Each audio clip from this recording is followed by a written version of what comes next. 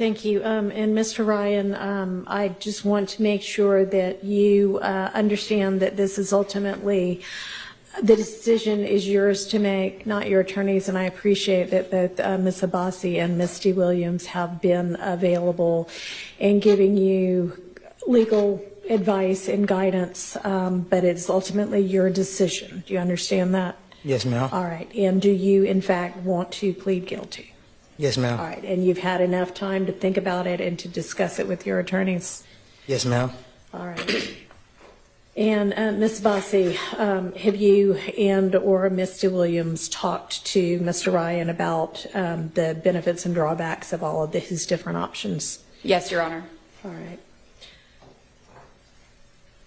All right. I find that there is a factual basis for the guilty plea to count one, the conspiracy to violate the RICO Act.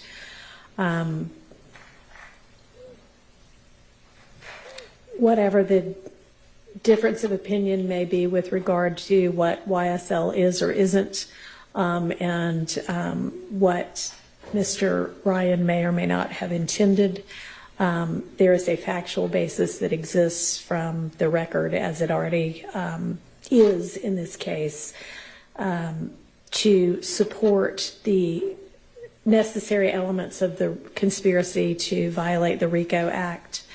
And I have heard many of the alleged overt acts and the conspiracy evidence to advance the enterprise through a pattern of racketeering activity and to control personal property and money, and I find that the factual basis for that exists. And I am going to accept Mr. Ryan's guilty plea. I find it to be freely, knowingly, intelligently, and voluntarily entered with an understanding of the consequences of this plea. And I'm going to sentence in accord with the recommendation that both of the state and the defense have worked hard to negotiate here, which is a sentence of 10 years commuted to time served and to be run concurrently with the sentence that Mr. Ryan is currently serving. And certainly within the court's consideration is the knowledge that Mr. Ryan is at this time serving a life sentence for the murder of Mr. Holmes. And while I understand that that is on appeal right now, you know, those are the facts as they exist right now.